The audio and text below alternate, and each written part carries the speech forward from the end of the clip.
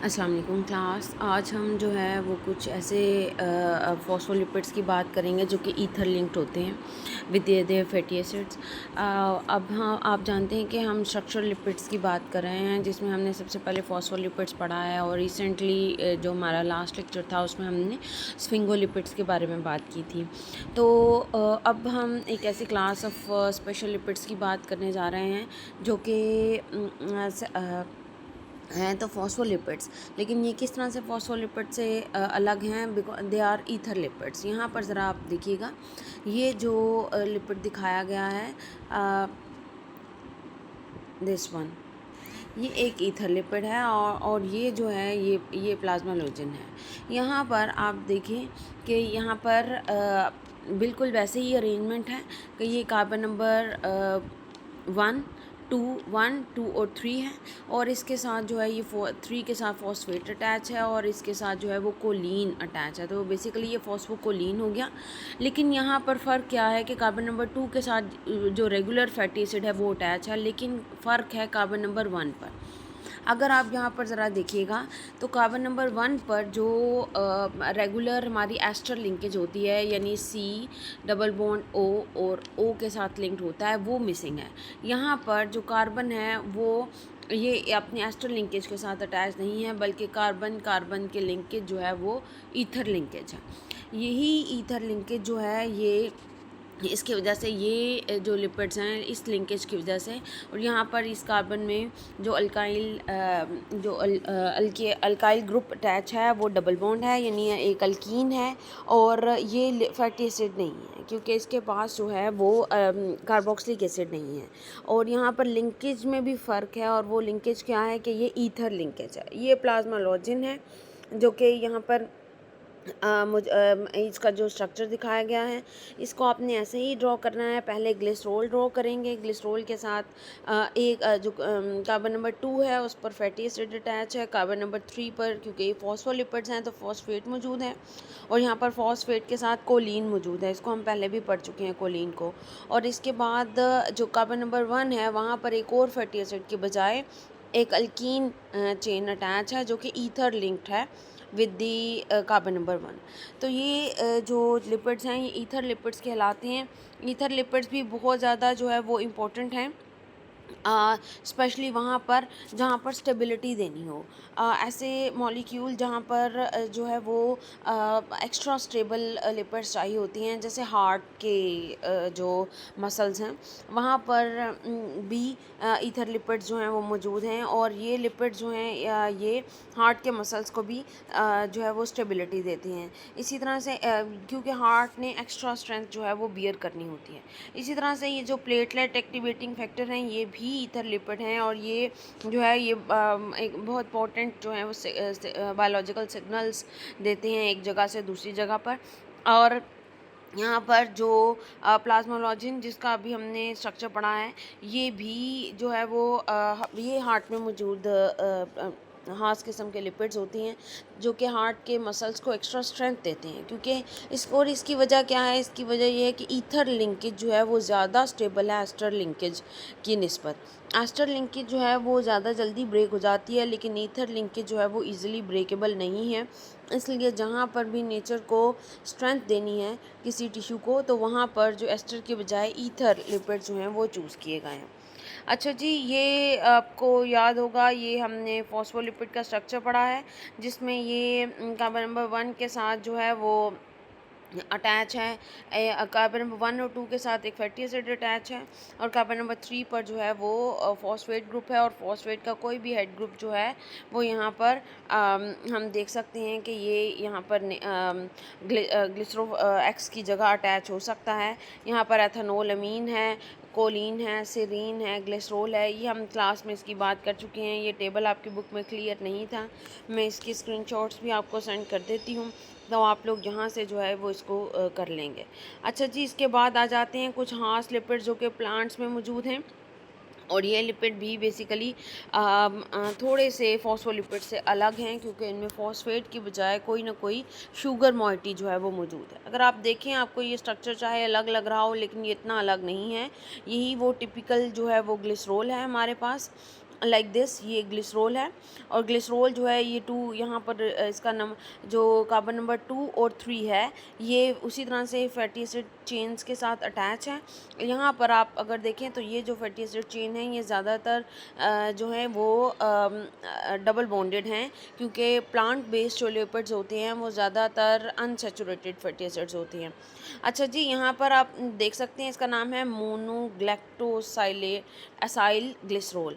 मोनोग्लैक्टो से मुराद di acyl glycerol. Di acyl glycerol की तो हमें समझ आ गई, वो हमने पहले क्लास में भी बनाया था कि ये ग्लिसरॉल है और इसके साथ 2 फैटी एसिड अटैच है, ये हो गया डाई असाइल ग्लिसरॉल।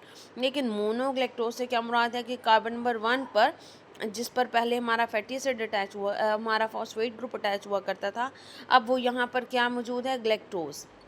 इसका स्ट्रक्चर हम डिटेल से कार्बोहाइड्रेट के चैप्टर में पढ़ेंगे, लेकिन फ़िलहाल के लिए ये ग्लूकोज का ही मोनोमर है, तो ग्लूकोज का स्ट्रक्चर तो आप पढ़ ही चुके हैं।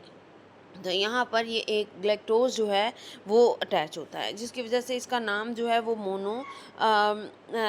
ग्लैक्टोसाइलेट एसाइल ग्लिसरॉल है। अच्छा जी, यहाँ पर अगर आप देखें तो ये जो दूसरा मॉलिक्यूल दिखाया गया है ये डाइसाइल ग्लिसरॉल है, यानी यहाँ ये आपने एसेंशियली उसी तरह से डाइसाइल ग्लिसरॉल ड्रॉ करना है, और अब की दफ़ा यहाँ पर एक की बजाय ये 2 जो हैं वो ग्लिसरॉल हैं जो कि एक दूसरे के साथ लिंक्ड हैं। और यहाँ पर अगर आप इस स्ट्रक्चर को देखें तो ये 6 सल्फो 6 डीऑक्सी ग्लूकोपाइरानोज डाइसाइल ग्लिसरॉल है। यहाँ पर भी आप देखें कि ये जो पहले आपने डाइसाइल ग्लिसरॉल ड्रॉ कर देना है, कार्बन नंबर 1 के साथ एक जो है वो ग्लूकोज अटैच है, लेकिन ये ग्लूकोज जो है इसका कार्बन नंबर 6 जो है, लाइक ये कार्बन नंबर 6 है, ये सल्फेटेड है, यहाँ पर सल्फ़र जो है SO4 मौजूद है।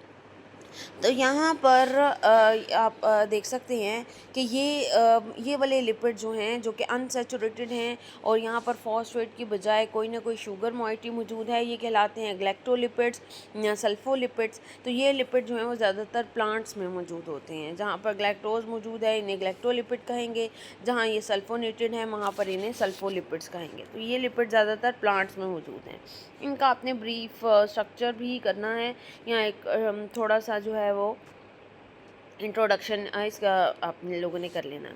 अब आ जाते हैं आर्कीबैक्टीरिया में पाए जाने वाले मेम्ब्रेन लिपिड।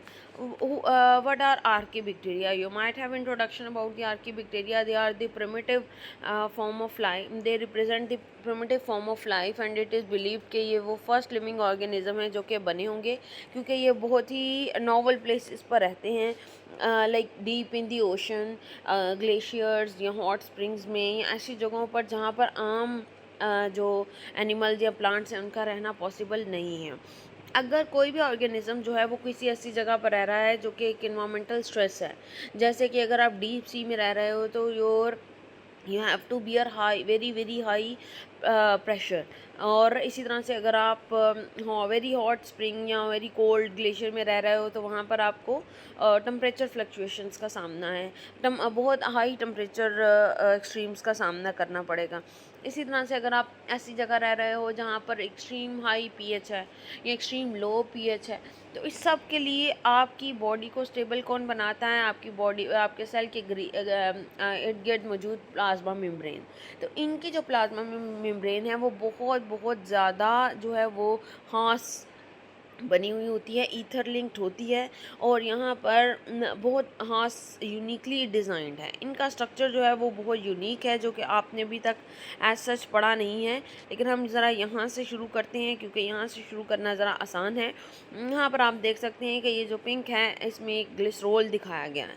ये जो ग्लिसरॉल है इसके साथ 2 ग्लैक्टोज बाउंडेड हैं, कार्बन नंबर 1 के साथ 2 ग्लैक्टोज बाउंडेड हैं, बिल्कुल वैसे जिस तरह से अभी हमने स्ट्रक्चर ड्रॉ किया था ग्लैक्टोलिपिड्स का।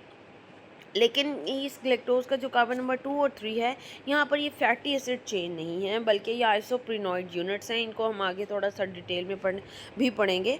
ये जो है ना, यहाँ पर 8 जो है आइसोप्रीन यूनिट्स होती हैं। ये आइसोप्रीन यूनिट बेसिकली 5 कार्बन पर मुश्तमिल होती हैं। ये शॉर्ट चेन यूनिट्स होती हैं, इनमें जस्ट 5 कार्बन होते हैं। तो ये 5 कार्बन की टोटल 8 रिंग्स जो हैं ये यहाँ पर मौजूद होती हैं आइसोप्रीन यूनिट की।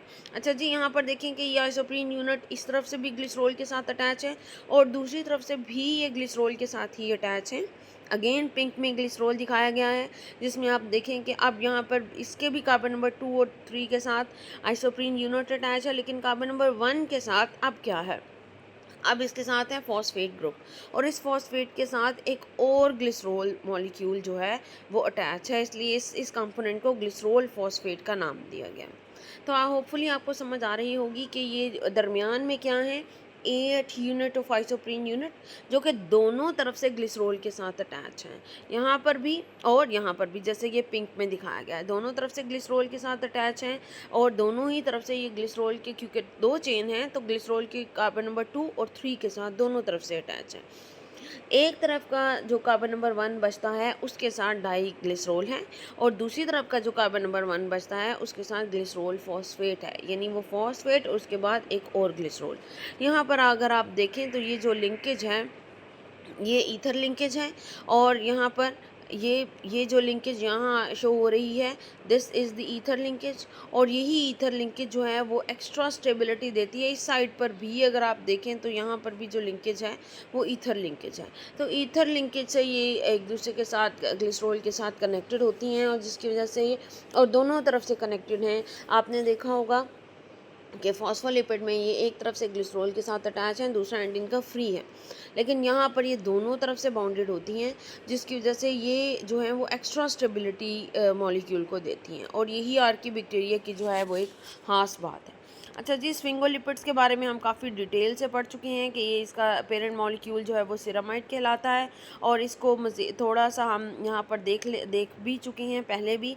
यहाँ पर हम अगेन इसको थोड़ा सा अगर देख लें तो यहाँ पर ये स्फिंगोसीन है जो कि हाँस किस्म की एक जो है वो कार्बन हाइड्रोजन चेन है, और ये क्यों हाँस है, क्योंकि इसके कार्बन नंबर 1, 2 और 3 पर अल्कोहल मौजूद होता है। क्योंकि इसके कार्बन नंबर 1, 2 और 3 पर अल्कोहल है तो ये ग्लिसरॉल को माइमिक करती है। यहाँ पर अगर आप देखें तो कार्बन नंबर 1 जो है वो फ्री है, OH इस यहाँ मौजूद है, यही OH रिप्लेस होगा और मुख्तलिफ किस्म के डेरिवेटिव बनेंगे, जबकि कार्बन नंबर 2 जो है ये बाउंडेड है with a fatty acid chain. यहाँ हम देख लें कि ये आपको फैटी एसिड चेन दिखाई गई है जो इसके अमाइनो ग्रुप के साथ अटैच है, और उसके बाद जो है वो ये कार्बन नंबर 3 जो है इस पर जो OH ग्रुप है, लेकिन इसके साथ ही एक लंबी चेन इसके साथ अटैच है। ये स्ट्रक्चर हमने क्लास में ड्रॉ किया था। यहाँ पर जो चीज़ अलग है वो क्या है कि यहाँ पर हमने जो कार्बन नंबर 1 पर मौजूद X है, अब ये जो हमने स्ट्रक्चर ऊपर ड्रॉ किया है ये क्या है, सिरामाइड, हमने पहले भी पढ़ा था। अगर इस X को एक फॉस्फोकोलिन रिप्लेस कर देती है लाइक दिस, फॉस्फेट और कोलिन, तो ये क्या बन जाता है, ये स्विंगोमाइलिन बन जाता है। इसी तरह अगर यहाँ X की जगह ग्लूकोज लगा दें तो ये ग्लाइकोलिपिड बन जाते हैं, और इसी तरह से हम यहाँ पर कोई भी ग्लूकोज मॉइटी जो है वो अटैच कर सकते हैं। यहाँ पर ये हैं गैंग्लियोसाइड्स। गैंग्लियोसाइड जो हैं ये कम्प्लेक्स ओलिगोसाइड, यानी एक से ज़्यादा ग्लूकोज या कार्बोहाइड्रेट यूनिट यहाँ पर अटैच कर दी जाए तो इस तरह से ये गैंग्लियोसाइड्स बनते हैं। ये ब्रेन में पाए जाने वाले कम्प्लेक्स लिपिड्स होते हैं। तो आप लोगों ने ये स्ट्रक्चर जो है वो अच्छी तरह से याद कर लेने हैं। ये सारे के सारे यहाँ पर एक स्ट्रक्चर जो कि पर्टिकुलरली इम्पोर्टेंट है वो ये है, ये जो है ये अक्सर सैलिक एसिड का स्ट्रक्चर है, और ये अक्सर जो है वो आ जाता होता है हमारे आपके पेपर्स में भी। तो ये स्ट्रक्चर के को ड्रॉ करने के लिए आपने बताना, आपको पहले स्फिंगोलिपिड्स के बारे में पता होना चाहिए। आपको ये पता होना चाहिए कि ये जो हैं स्फिंगोलिपिड्स ये बेसिकली 3 कैटेगरी से बिलोंग करते हैं। एक स्फिंगोमाइलिन्स हैं, एक ग्लिसरो स्फिंगोलिपिड्स हैं जिनके साथ एक शुगर अटैच होता है या कुछ भी, और ये जो ग्लिसरोस्फिंगोलिपिड्स हैं इनमें 2 तरह से आपको दिखाए गए हैं। एक सेरिब्रोसाइड्स हैं, इनमें सिंगल शुगर मौजूद होती है। दूसरे जो हैं वो ग्लोबोसाइड्स हैं जो कि न्यूट्रल हैं, बेसिकली ये ग्लाइकोस्फिंगोलिपिड्स हैं, लेकिन इनमें 2 या 2 से ज़्यादा शुगर जो हैं वो मौजूद हो सकती हैं। सही है, तो ये ग्लिसरो स्फिंगोलिपिड्स का नाम क्या बता रहा है कि इन स्फिंगोलिपिड्स के साथ ग्लिसरो यानी शुगर अटैच है, कार्बोहाइड्रेट अटैच है। अगर सिर्फ एक शुगर यूनिट अटैच है तो वो सेरिब्रोसाइड्स कहलाएंगे, अगर एक से ज़्यादा अटैच हैं तो वो ग्लोबोसाइड्स कहलाएंगे। ठीक है। उसके बाद आ जाते हैं गेंग्लियोसाइड्स। गेंग्लियोसाइड्स आर वेरी वेरी इंपॉर्टेंट। यहाँ ओलिगोसाइड्स जो हैं वो अटैच होते हैं, यानी कम्प्लेक्स शुगर मॉइटीज़ जो हैं वो अटैच होती हैं, और ये ब्रेन में पाए जाने वाले लिपिड्स हैं। अच्छा जी, इनमें क्या है, यहाँ पर आप देख सकते हैं कि इनके इनके साथ जो जितने भी गेंग्लियोसाइड्स हैं उनमें ज़्यादातर जो हैं वो सियालिक एसिड अटैच होता है, और ये सियालिक एसिड का जो स्ट्रक्चर है वो यहाँ पर आपको दिखाया गया है। अगर आप यहाँ पर देखें तो ये सियालिक एसिड क्या है, ये एक ग्लूकोज का टिपिकल स्ट्रक्चर है, और इस स्ट्रक्चर के साथ जो कार्बन नंबर 6 है वो वो यहाँ पर देखें, यहाँ पर COOH की बजाय जो है वो कार्बोक्सिलिक ग्रुप अटैच है, यहाँ पर एक कार्बन हाइड्रोजन चेन अटैच है, और ये जो इसका एंड है यहाँ पर, ये भी यहाँ पर अमोनिया ग्रुप जो है वो यहाँ पर अटैच है। तो आप इसका स्ट्रक्चर जो है वो थोड़ा सा डिटेल से इसको याद कर लेंगे कि इसको ड्रॉ कैसे करते हैं, और यही जो सियालिक एसिड है ये गेंग्लियोसाइड्स में अटैच होता है, और यानी सेरामाइड के साथ इस एक्स पर अटैच होता है, तो हमारे पास जो रिजल्टिंग कंपाउंड्स बनते हैं वो गेंग्लियोसाइड्स कहलाते हैं। तो ये थोड़ा सा स्ट्रक्चर से भरा हुआ चैप्टर है, और आपको इसको बार बार प्रैक्टिस करनी है ताकि आपको स्ट्रक्चर जो हैं वो याद रहें। स्पेशली जो स्फिंगोलिपिड्स की क्लासेस हैं, जो सेरामाइड क्या है, फिर उसके बाद स्फिंगोमाइलिन, ग्लिसरोस्फिंगोलिपिड्स और गेंग्लियोसाइड्स, ये तीनों क्लासेस जो हैं वो आप लोगों ने स्ट्रक्चर के साथ अच्छी तरह से प्रैक्टिस करके याद कर लेनी है।